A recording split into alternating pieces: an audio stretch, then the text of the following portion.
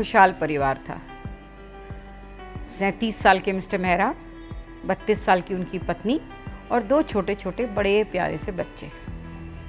वो लोग एक पिकनिक पर गए थे जहाँ पर कि सडनली मिस्टर मेहरा को बैकएक शुरू हुआ और जो रहते रहते उनकी बेचैनी बढ़ने लगी और वो बहुत अनईज़ी फील करने लगे। मिस्टर मेहरा को तुरंत हमारे अस्पताल लेके आए। उनका ईसीजी हुआ और पता चला कि उनको मायोकार्डियल इन्फेक्शन यानी हार्ट अटैक है। मिस्टर मेहरा और मिसेस मेहरा थोड़ी देर के लिए स्तब्ध थे। उनको समझ नहीं आ रहा था कि 37 साल की उम्र में ये क्या हो गया उनके साथ। वो अभी 1.5 साल पहले ही हमारे इस शहर में आए थे।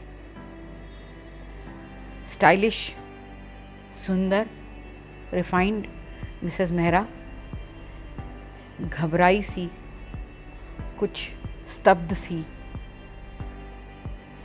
न समझ पाने की स्थिति में मेरे पास आकर बैठी ही थी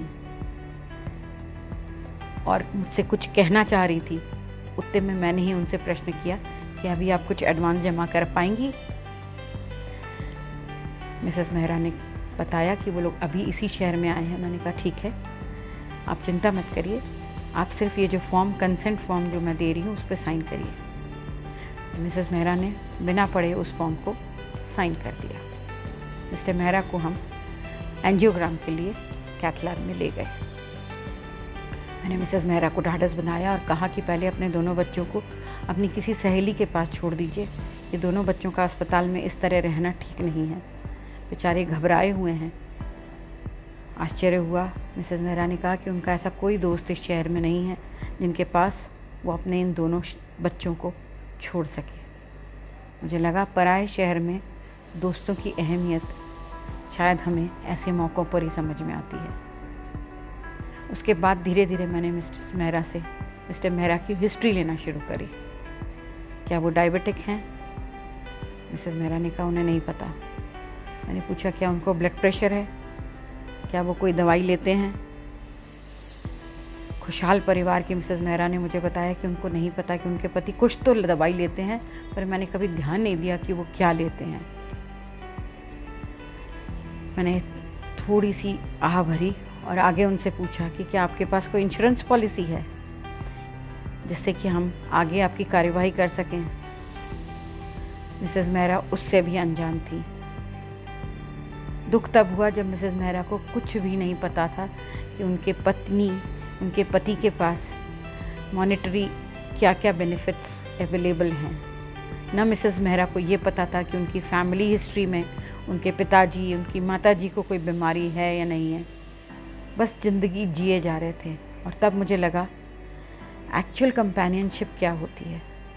एक्चुअल कंपेनियनशिप होती है कि हमको एक दूसरे के बारे में, एक दूसरे के डिटेल्स, एक दूसरे की हेल्थ, आदतें, एक दूसरे के स्वभाव मालूम हो, पर उसके साथ ही साथ हेल्थ, उससे रिलेटेड सारी चीज़ें भी हमको पता होनी चाहिए। उनके माता पिता, उनके हेरिडिटरी, उनके बाकी सारे बेनिफिट्स, मॉनेटरी बेनिफिट्स, क्या उनके पास कोई पॉलिसी है, क्या उनके पास कोई उन्होंने एफडीज जमा करके रखे हुए हैं, कैश कहाँ रखा हुआ है, अकाउंट कहाँ है।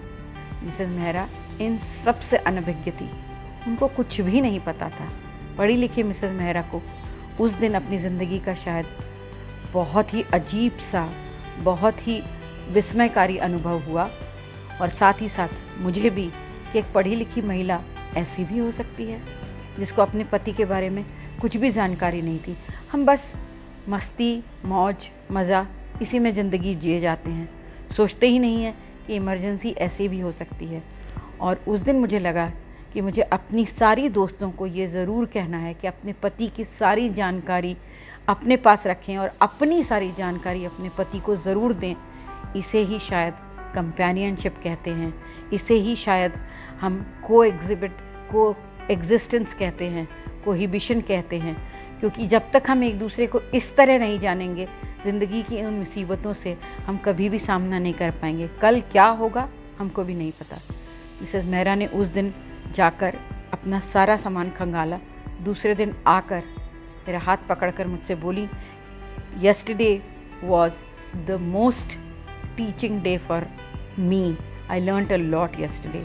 आज वो काफ़ी कंपोज लग रही थी और उसके बाद से आज का दिन है। हर टीचर्स डे पर मिसेस मेहरा मुझे हैप्पी टीचर्स डे बोलती हैं और वो कहती हैं कि वो अपने ही साथ साथ बाकी सबको भी ये सारी डिटेल हर समय समझाती हैं और कहती हैं असली कंपेनियनशिप ये होती है। Thank you.